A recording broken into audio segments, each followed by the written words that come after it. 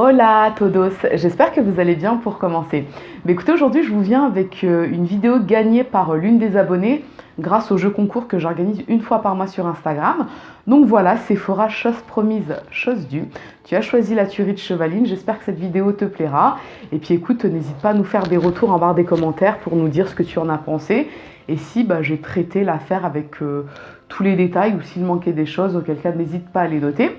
Petite parenthèse, j'ai éteint la lampe à côté. Je ne sais pas quel est le rendu pour vous. Bon, du coup, chez moi, c'est très très sombre. Mais pour vous, je ne sais pas exactement quel est le rendu. J'aimerais vraiment pouvoir l'allumer, cette lampe, parce que je trouve que ça fait un petit côté, ça donne un petit rendu sympathique. Donc faites-moi savoir si avec la lampe éteinte, ça va mieux. Ou sinon, peut-être que je pourrais investir dans une lampe, vous savez, dans les lampes à très basse luminosité. Faudrait que j'essaie de voir où est-ce que je peux trouver ça pour pouvoir tester. Enfin bref, ce que je vous propose, c'est de cesser les digressions ici et maintenant. Je vous laisse vous installer tranquillement et puis je vous dis à tout de suite. Pour l'instant, on a relativement peu d'éléments, si ce n'est que ce sont des éléments effectivement dramatiques, puisqu'on a sur site là-haut la découverte de 4 corps, 2 personnes de sexe masculin, 2 personnes de sexe féminin, dans un véhicule break BMW immatriculé en Grande-Bretagne. L'un des hommes est un cycliste, en tenue de cycliste, il y a le vélo à proximité. Le deuxième homme est au volant de son véhicule et les 2 femmes sont à l'arrière du véhicule. Et a priori, mais pour l'instant on ne peut pas approcher des corps pour des raisons bien évidemment que vous imaginez aisément de qualité de l'enquête. On ne peut pas approcher des corps, mais a priori victime de tirs par arme à feu. Il y a un grand nombre de douilles sur la scène de crime. On est le 5 septembre 2012 à Chevaline, une petite commune de Haute-Savoie qui compte à peine 200 habitants. En début d'après-midi, William Brett Martin, un vacancier anglais de 53 ans, décide d'aller faire du vélo sur la route de la Combe d'Ir. Vers 15h30, il arrive à l'entrée du parking du Martinet. Et là, il aperçoit une petite fille ensanglantée qui tombe au sol. À quelques mètres de la fillette, il remarque une voiture qui est coincée dans le talus et dont les roues tombent dans le vide. Et juste en face, le corps d'un homme ensanglanté allongé au sol et sa bicyclette posée juste à côté. Tout de suite, William Brett Martin pense à un accident. Du coup, il s'approche de la voiture afin de porter secours aux personnes qui se trouvent à l'intérieur. Et là, il remarque sur les vitres des impacts de balles.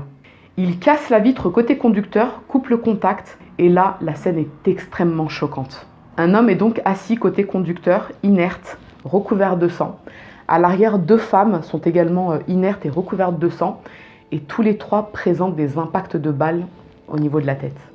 Le corps du cycliste allongé juste devant la voiture présente lui aussi plusieurs impacts de balles. Il s'approche un peu et là il reconnaît tout de suite le cycliste, puisqu'en fait lorsqu'il était en train de remonter la route de la Combe d'Ir en direction du parking du Martinet, il avait croisé une dizaine de minutes plus tôt ce cycliste qui le dépassait et se rendait au niveau du parking. Quant à la petite fille qu'il a aperçue en arrivant sur le parking, à présent elle est allongée au sol, elle aussi semble inerte, elle est recouverte de sang. Il s'approche d'elle et vérifie qu'elle est toujours vivante, donc c'est le cas. Donc ce qu'il fait, c'est qu'il la prend, il la dépose sur un coin d'herbe juste à côté, il la met en position latérale de sécurité pour éviter entre autres qu'elle s'étouffe avec sa langue, le temps en fait d'aller prévenir les secours puisqu'il ne capte pas de l'endroit où il se trouve. Il enfourche son vélo, il rebrousse chemin et c'est à une centaine de mètres qu'il va croiser un groupe de randonneurs français.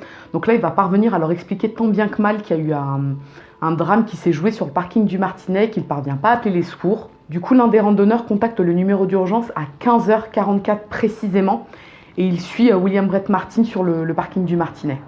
Peu après 16h, les pompiers et les gendarmes de Chambéry arrivent sur place et ils commencent à dresser un périmètre de sécurité afin de pouvoir commencer leur travail de secours et d'investigation. Tout d'abord, ils vérifient que les adultes sont effectivement morts, ce qui est le cas. Le souci, c'est qu'ils ne peuvent ni déplacer les corps ni les sortir de la voiture, puisqu'ils attendent leurs collègues de l'IRCGN, qui est une cellule d'enquête spécifique de la gendarmerie, mais qui se situe en région parisienne. Donc ces derniers ont été prévenus, ils doivent se rendre à Chevaline, mais voilà, le temps d'arriver, ça doit prendre quelques heures, donc d'ici là, les gendarmes locaux ont pour règle de ne surtout pas toucher au corps. La fillette, quant à elle, est prise en charge par les pompiers et elle est conduite en hélicoptère à l'hôpital de Grenoble, où elle est plongée dans un coma artificiel afin de lui éviter de souffrir. Vers 18h, une cinquantaine de gendarmes supplémentaires se rendent sur le parking du Martinet et les journalistes de la France entière commencent à affluer, puisque là on parle d'une véritable tuerie, un véritable massacre, et ça, c'est du jamais vu dans la région. À 18h30, le procureur d'Annecy donne une conférence de presse afin de décrire la situation sans trop rentrer dans les détails. Et c'est à cette occasion qu'on apprend que le véhicule, un BMW, est immatriculé en Grande-Bretagne et que les 4 victimes ont été tuées par arme à feu.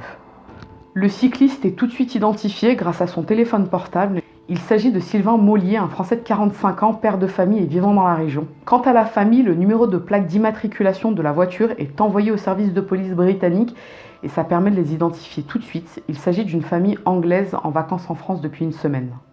Saad Alili, 50 ans, ingénieur dans le domaine de l'aérospatial. Son épouse Iqbal, 47 ans. Leur fils Zeynep, âgé de 7 ans. Et la mère d'Iqbal, Souheila El Elef, âgée de 74 ans.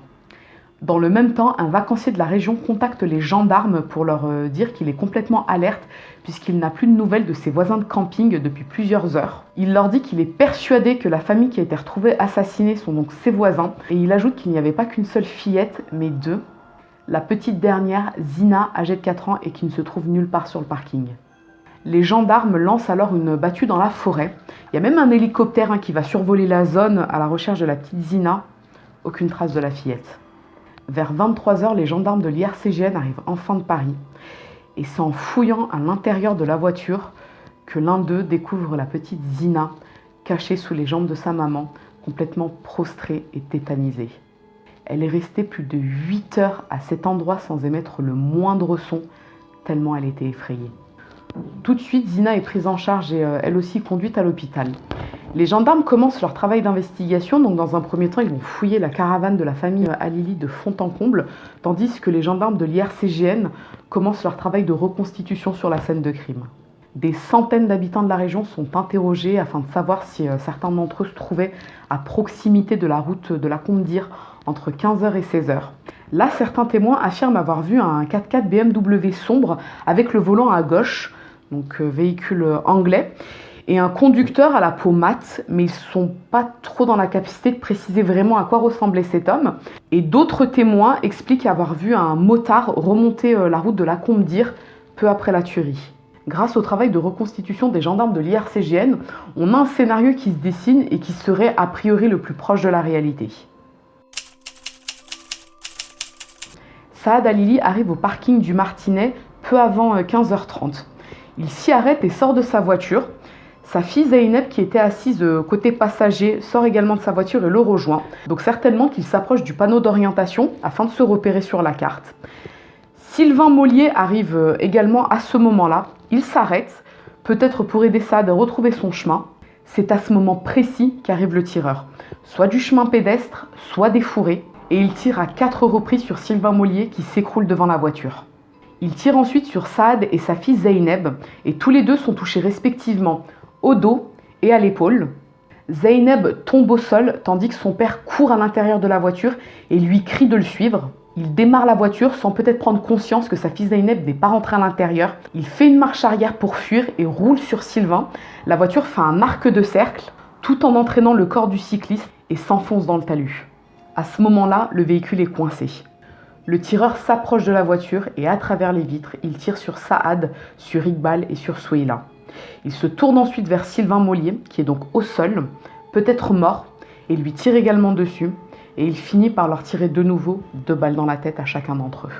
Il ne voit pas la petite Zina que sa mère avait cachée sous ses jupes quelques secondes avant. Il s'approche ensuite de Zeynep pour lui tirer de nouveau dessus. Soit il a plus de balles, soit son arme s'est enrayée. Il saisit la fillette et lui met de violents coups à la tête avec la crosse de son arme, des coups tellement forts et violents qu'il en perd un morceau. Pensant l'avoir achevée, il la laisse comme ça et s'en va. En tout, il a tiré à une 20aine de reprises dont la quasi-totalité qui ont atteint leur cible et il n'a pas du tout touché la carrosserie, ce qui veut dire que ses tirs étaient extrêmement précis. Les enquêteurs estiment que la tuerie n'a pas duré plus de 2 minutes avant que le tireur ne prenne la fuite. L'arme utilisée est un Luger P06 de calibre 7,65. Il s'agit d'une arme qui équipait l'armée suisse dans les années 30-40 et qui est extrêmement rare. Tous ces éléments mis bout à bout laissent à penser que le tireur est aguerri et qu'il a certainement beaucoup d'entraînement derrière lui. Le 8 septembre 2012, les enquêteurs français se rendent à Claygate en Angleterre et perquisitionnent avec leurs homologues anglais le domicile de la famille Halili pendant plusieurs jours. Et c'est à cette occasion qu'ils découvrent que Saad Halili entretenait des relations très tendues avec son grand frère Zaïd, un comptable âgé de 53 ans, au sujet de l'héritage que leur père Kadim leur avait laissé l'année précédente à la suite de sa mort. L'héritage en question était assez conséquent puisqu'il s'agissait de biens, donc de maisons, un peu partout en Europe, ainsi que d'une très grosse somme d'argent détenue dans un compte bancaire en Suisse. Zaïd est de fait interrogé par la police, mais il fournit un alibi. Il explique que le 5 septembre, il avait posé exceptionnellement sa journée afin de la passer avec des amis. Et effectivement, ses amis confirment son alibi. Le souci, c'est que lui et son frère entretenaient vraiment des relations très tendues. Ils s'étaient déjà bagarrés devant des témoins par le passé. Et en fait, l'histoire en gros de l'héritage, c'est que Zaïd considérait que les biens de la famille lui revenaient parce qu'il était l'aîné des garçons.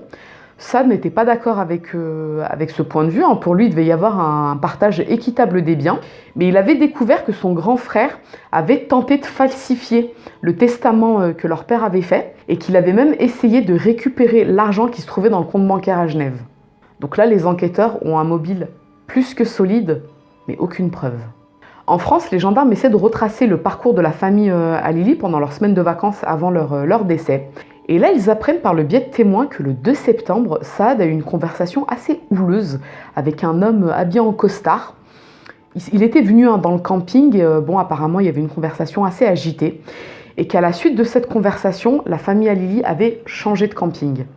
De plus, les passeports britanniques des membres de la famille sont introuvables, ni dans la voiture, ni dans la caravane. Bien qu'ils continuent d'explorer la piste familiale, ils se disent que le crime pourrait peut-être être lié à la profession de Saad, vu qu'il travaillait dans le nucléaire et qu'il avait en sa possession tout un tas de documents relatifs à l'industrie du nucléaire et du satellite. Pour eux, il pourrait être question d'espionnage industriel. Toutefois, les proches de la famille Halili sont formels. Saad était un très bon père de famille, un très bon époux, et pour rien au monde, il n'aurait mis en danger sa famille en rentrant dans des histoires d'espionnage industriel. D'ailleurs, même ses collègues de travail disent que en gros, en fait, le département dans lequel il travaillait, dans son entreprise, ne touchait pas les pans les plus confidentiels ou les plus secrets. Et les services secrets britanniques, eux, confirment que la famille Halili n'était pas du tout sous surveillance. Et là, les enquêteurs se rendent compte d'un détail assez troublant, à savoir que William Brett Martin, le cycliste qui a découvert la tuerie, est un ancien militaire et il travaille également dans l'aérospatiale. Pour eux, c'est quand même une sacrée coïncidence. Ils creusent de ce côté-ci, ça ne donne absolument rien. Là, certains journalistes vont émettre l'hypothèse que finalement, peut-être que les cibles n'étaient pas vraiment la famille Halili, puisqu'après tout, le premier à avoir été abattu, c'était Sylvain Mollier. Et chose très surprenante, Sylvain travaillait également dans le nucléaire. Du coup, certains journalistes commencent à creuser cette piste, les enquêteurs se renseignent également et se disent que, effectivement, pourquoi tout de suite cibler la famille Halili? Après tout, rien n'indiquait que les vraies cibles étaient les Britanniques. Du coup, ils vont commencer à creuser de ce côté-ci également. Le 14 septembre, Zina et Zainab retournent en Angleterre aux côtés de leur famille maternelle. Zainab, qui est sortie du coma depuis quelques jours, a pu être interrogée par les enquêteurs pour voir si elle se souvenait de certaines choses, de certains détails. Le souci, c'est que la fillette a été frappée à de nombreuses reprises à la tête, ce qui signifie que ça a altéré ses souvenirs, ça a altéré ses perceptions. Elle explique aux enquêteurs que la seule chose dont elle se souvient, c'est qu'un méchant monsieur s'est approché d'elle sur le parking, qu'il a commencé à tirer sur son papa et sur elle, et que son papa lui a crié de monter dans la voiture, mais qu'après ça, c'est le trou noir.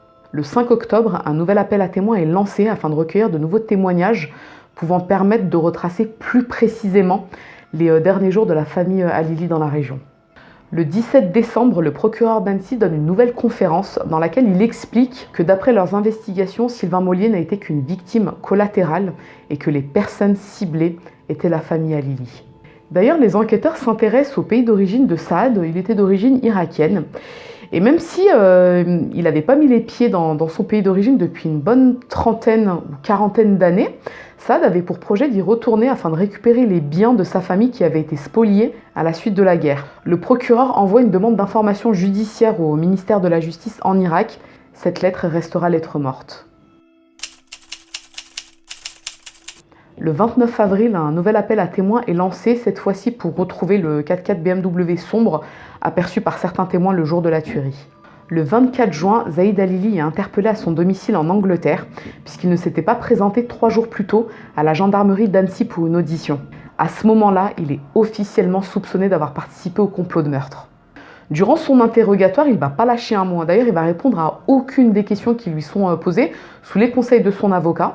Le lendemain, il est relâché, son domicile est perquisitionné dans la foulée, rien de probant n'y est trouvé.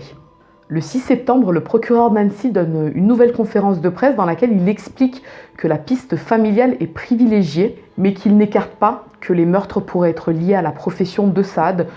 Donc là, officiellement, il explique que ça pourrait être lié à de l'espionnage industriel. Le 13 octobre, Zaïd Halili donne une interview à la BBC et au Sunday Times afin d'y clamer son innocence. Il souhaite également rétablir quelques vérités. Il explique par exemple que lui n'avait aucun problème avec son petit frère, mais que c'était plutôt Saad qui avait un souci avec lui, que Saad pensait que Zaïd voulait spolier l'héritage de leur père, alors que c'est absolument pas le cas, d'après ce qu'il en dit. Et il ajoute que la gendarmerie française couvrirait le véritable criminel, qui serait en fait quelqu'un du coin.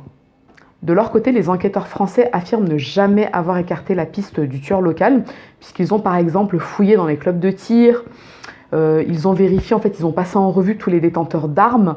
Ils ont également vérifié dans les hôpitaux psychiatriques de la région, mais également des pays frontaliers, afin de voir s'il n'y aurait pas un profil particulier qui ressortirait. Ça n'a rien donné. Le 4 novembre, le procureur d'Annecy diffuse le portrait robot d'un motard vivement recherché. Il s'agit en fait du motard qui avait été aperçu près du parking du Martinet le jour de la tuerie. Plusieurs témoins avaient parlé de ce fameux motard. Et le procureur explique que s'il n'a pas fait état du portrait robot par le passé, c'est qu'en fait l'homme en question, donc le motard en question, avait sur la tête un casque très particulier et assez rare qui a servi à équiper l'armée et la gendarmerie française par le passé, et que sa crainte en fait était que cet homme ne se débarrasse de son casque s'il se sentait recherché. D'ailleurs, le procureur sera vivement critiqué par la presse pour avoir attendu 1 an avant de diffuser ce portrait robot. Le 24 janvier, faute de preuves, Zaïd Halili est levé de son contrôle judiciaire au Royaume-Uni. Toutefois, les autorités françaises font savoir qu'il reste le suspect principal dans leur enquête. Et le 18 février, coup de tonnerre. Pour l'autre grand titre de l'actualité de ce jour, ce rebondissement de taille donc dans l'enquête sur la tuerie de Chevaline. 1 an et demi après les faits, un suspect a donc été interpellé et placé en garde à vue à Annecy. Il s'agit d'un homme de 48 ans vivant en Haute-Savoie. Olivier Madinier, vous êtes notre correspondant dans la région, vous êtes avec nous en direct par téléphone. Que sait-on de plus sur cette interpellation ? Écoutez, oui, absolument. Cet homme est considéré comme un témoin privilégié et pas forcément comme l'auteur des faits. C'est ce que nous disait tout à l'heure le procureur d'Annecy. Alors, vous le disiez, cet homme de 48 ans, originaire de Haute-Savoie, a été placé en garde à vue. Il est actuellement entendu par les gendarmes de la section de recherche de Chambéry. Alors, son interpellation fait suite à la diffusion début novembre du portrait robot d'un homme casqué. Il s'agit d'un motard aperçu à proximité des lieux de la fusillade de Chevaline. C'était le 5 décembre 2012. Encore une fois, rien ne dit pour le moment que cet homme ait un lien avec l'affaire. Quoi qu'il en soit, selon le procureur, d'autres interpellations pourraient suivre dans les jours ou les heures qui viennent. Il s'agit d'Éric Devoissou, un ancien policier municipal radié à cause de problèmes disciplinaires, qui en plus d'être un motard, ressemble fortement au portrait robot publié l'année précédente. Durant leurs investigations, les gendarmes ont découvert que le bornage téléphonique d'Éric Devoissou le situait à proximité de la scène de crime le 5 septembre 2012 et qu'il est passionné d'armes et en particulier d'armes anciennes. Donc là, on se dit, ça colle. Son domicile est perquisitionné. On va y trouver tout un tas d'armes de guerre, de grenades, mais rien ne pouvant le rattacher à la tuerie de Chevaline. Et il s'avère que le 5 septembre 2012, Éric Devoissou avait un alibi solide puisqu'il travaillait.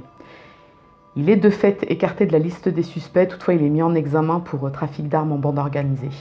Le 3 juin, Patrice Menegaldo, un ancien légionnaire de 50 ans, se suicide à son domicile à Ugine. Cet homme avait été entendu l'année précédente dans l'enquête sur la tuerie de Chevaline, mais en fait il avait été entendu en tant que simple témoin puisque c'était un ami de Sylvain Mollier. Pourtant dans la lettre posthume qu'il laisse pour expliquer son geste, En fait, il y dit qu'il n'a pas supporté les accusations qu'il a subies à la suite de la tuerie et qu'en fait, ça l'a tellement rongé qu'il a préféré se donner la mort. En juillet, des journalistes dévoilent une information troublante. Avant d'épouser Saad, Iqbal vivait aux États-Unis et elle avait épousé en premières noces en 1999 un Américain du nom de James Dudley Thompson. Ils avaient divorcé très rapidement après, Iqbal était parti vivre en Angleterre. Il s'avère que James Dudley Thompson est mort le même jour que Léa Lily, à savoir le 5 septembre 2012, quelques heures après la tuerie. Il serait mort à la suite d'une crise cardiaque, mais son corps n'a jamais été autopsié. Les autorités françaises étaient au courant de cette information depuis décembre 2012, mais ils avaient préféré ne pas en parler le temps de l'instruction. Ils avaient envoyé une demande d'information judiciaire aux États-Unis afin de pouvoir exhumer le corps et l'autopsier. Mais les autorités américaines et la famille Thompson avaient refusé donc la demande d'exhumation et d'autopsie au motif qu'elle n'était pas justifiée. En février, le journaliste français Dominique Rizet et Hervé Bérou, le directeur de la rédaction de BFM TV, sont poursuivis en justice par la famille de Sylvain Mollier pour avoir diffusé des images de son corps sur la scène de crime. Le 6 mars, le motard dont le portrait robot avait été diffusé est finalement identifié. Il ne s'agissait pas d'Éric Devoissou, mais d'un chef d'entreprise lyonnais venu faire du parapente dans la région le jour du crime. Il explique aux enquêteurs que lorsque le portrait robot a été diffusé, il n'a pas fait le lien entre lui, le portrait robot et la tuerie de Chevaline, et que c'est la raison pour laquelle il n'a jamais pris la peine de contacter les enquêteurs pour leur dire écoutez, l'homme, le motard en question, c'est moi.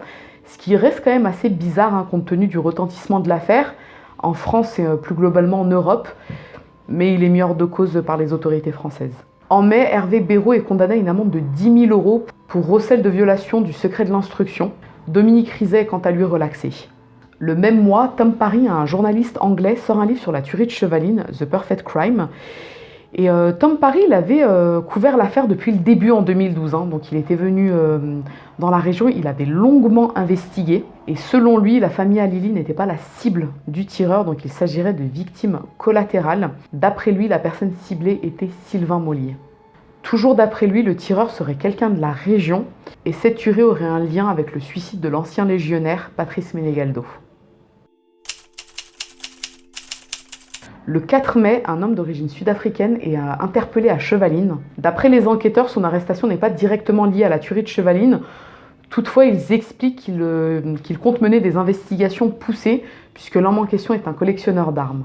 Très peu de temps après, cette piste est écartée. En décembre, une autre piste est envisagée par les enquêteurs, celle de Nordal Lelandais. Nordal Lelandais vivait dans la région à l'époque et comme depuis quelques années, depuis l'affaire Maëlys, on commence à lui rattacher certains meurtres et certaines disparitions non élucidées. Du coup, on vérifie en fait toutes les affaires non élucidées qui ont pu avoir lieu dans la région. Mais là, après des vérifications, il semble que Nordal Lelandais n'est pas impliqué dans cette tuerie. En juin, après de nombreuses années de refus, la Suisse accepte enfin de collaborer avec la France pour remonter la trace des Luger P06 en circulation dans le pays. Jusque-là, les gendarmes français n'avaient pas pu vérifier par exemple les clubs de tir et les registres d'armes suisses afin de vérifier qui était détenteur de Luger P06. De ce que j'en ai compris, en fait, le gouvernement suisse souhaitait mener eux-mêmes leurs investigations et ensuite remettre leurs conclusions à la France plutôt que de laisser des gendarmes venir investiguer sur leur territoire. D'où leur refus de collaborer par le passé. La même année, les autorités françaises font savoir qu'à présent, ils privilégient la piste locale, à savoir un tueur français ou suisse. Courant 2019, une nouvelle cellule d'investigation est créée afin de reprendre l'enquête à zéro, mais avec un œil neuf. Et de ce que j'en ai lu, le dossier d'instruction serait composé de plus de 70 tomes, ce qui est énorme. Aujourd'hui, Zina et Zaineb ont respectivement 12 et 15 ans. Elles vivent toujours chez leur tante maternelle en Angleterre et ne souhaitent pas s'exprimer sur cette affaire, puisqu'elles restent traumatisées encore aujourd'hui par cet homme méchant qui, un après-midi de vacances, a assassiné froidement leurs parents et leur grand-mère sur un parking forestier. Il est vrai que cette affaire, je comprends un peu mieux pourquoi l'abonné a souhaité que j'en parle, puisque ça ressemble vraiment à un polar comme on en voit dans les films. Beaucoup de suspects, beaucoup de coïncidences, aucune preuve, on a quelque chose, puis ensuite retournement de situation, ça n'a absolument plus rien à voir. Enfin ouais, cette affaire, elle est vraiment trop troublante. Les coïncidences quand même qu'on peut souligner et qui, à mon sens, c'est pas... Enfin ouais, je pense pas que tous les jours dans notre vie, on rencontrera des coïncidences pareilles. C'est le fait que l'ex-mari d'Iqbal décède le même jour qu'elle, à quelques heures près. J'ai trouvé que c'était énorme. Et le fait également que Zaïd ait posé un jour de congé précisément le 5 septembre, pas avant, pas après, mais le jour de la tuerie, qu'il a donc un alibi, quoi. Des gens peuvent certifier qu'il était bien avec eux. En fait, j'ai trouvé que c'était énorme aussi. C'est comme s'il avait essayé de se créer un alibi. Mais bon, après coup, enfin, les enquêteurs n'ont absolument rien trouvé le concernant. Donc, ouais, ça fait quand même partie de l'ordre des coïncidences monstres. Mon hypothèse à moi concernant le tueur, je pense que c'est quelqu'un du coin, que c'est quelqu'un qui connaît très bien la région, qui peut-être y a grandi ou il vient très régulièrement, puisque le parking du Martinet, les chemins, le chemin pédestre, les fourrés, les bois, etc. En fait, il faut vraiment connaître pour savoir qu'à cet endroit, on peut y commettre un meurtre en toute tranquillité parce que c'est désert et qu'on peut ensuite prendre la fuite de façon très simple sans être aperçu par quiconque. Donc je pense vraiment que c'est quelqu'un du coin. Et je pense également que la famille Halili n'était pas forcément ciblée. J'ai l'impression, sans pour autant parler de conviction, que les Halili étaient des victimes collatérales et que la personne ciblée était peut-être Sylvain Mollier. Pour plusieurs raisons. Déjà, les Halili, en fait, ils se sont trouvés au parking du Martinet de façon totalement imprévisible. Personne ne les avait suivis depuis leur camping. C'était pas prévu qu'ils s'arrêtent à cet endroit-là. Ça a été fait comme ça sur le coup. Parce que quand on s'arrête pour vérifier son chemin, on ne le sait pas à l'avance qu'on va s'arrêter pour regarder son chemin. Alors qu'à l'inverse, Sylvain Mollier, lui, il empruntait ce parcours régulièrement vu qu'il faisait du vélo dans le coin régulièrement. Donc j'aurais plutôt tendance à penser que le tireur attendait Sylvain Mollier et que quand il l'a vu s'arrêter sur le parking, il s'est dit « Allez hop, là c'est l'occasion ou jamais ». L'autre point qui me fait penser à ça, c'est que la petite Zina, en fait, qui était cachée sous les jambes de sa maman, en fait, le tireur ne savait vraisemblablement pas qu'il y avait une deuxième fillette dans la famille Halili. Ce qui est quand même assez étonnant, puisque quand quelqu'un veut nous tuer ou a pour projet de nous éliminer, il sait quand même il y a combien de membres dans la famille. Là, en l'occurrence, il n'avait pas l'air d'être au courant de la présence de cette fillette, alors qu'il y avait même un siège enfant à l'arrière. Ce qui, moi, me fait penser qu'ils ont été des victimes collatérales. Donc, du coup, ça rejoint un peu la théorie du journaliste anglais Tom Parry. Et effectivement, le suicide de Patrice Menegaldo, je trouve ça extrêmement louche. Surtout que dans sa lettre posthume, il explique qu'il a mal vécu les accusations dont il a été victime de la part des enquêteurs, etc. Il n'a jamais été accusé, il n'a jamais été suspecté, Patrice Menegaldo, contrairement par exemple à Éric Devoissou. C'est comme si la lettre qu'ils avaient retrouvée, c'était pas lui qui l'avait écrite, comme si on cherchait à brouiller un peu les pistes. Ouais, j'ai trouvé que il y avait quelque chose de très très très bizarre. Maintenant, bon, vu qu'on n'a pas toutes les informations en main, parce que on apprend, les éléments en fait, ils viennent au fur et à mesure, au fil des années. Par exemple, le portrait robot du motard, on l'a su l'année suivante. Pour l'ex-mari d'Iqbal, on l'a su bien des années après. Du coup, vu qu'on n'a pas tous les éléments, on ne peut pas vraiment se faire une opinion tranchée définitive. Donc moi, mon opinion, elle n'est pas tranchée définitive, mais de prime abord, j'ai plutôt l'impression que les Halili étaient des victimes collatérales, et je peux comprendre qu'on les ait pensées, qu'on les ait crues cible principale, parce qu'il y avait énormément de choses troubles autour d'eux.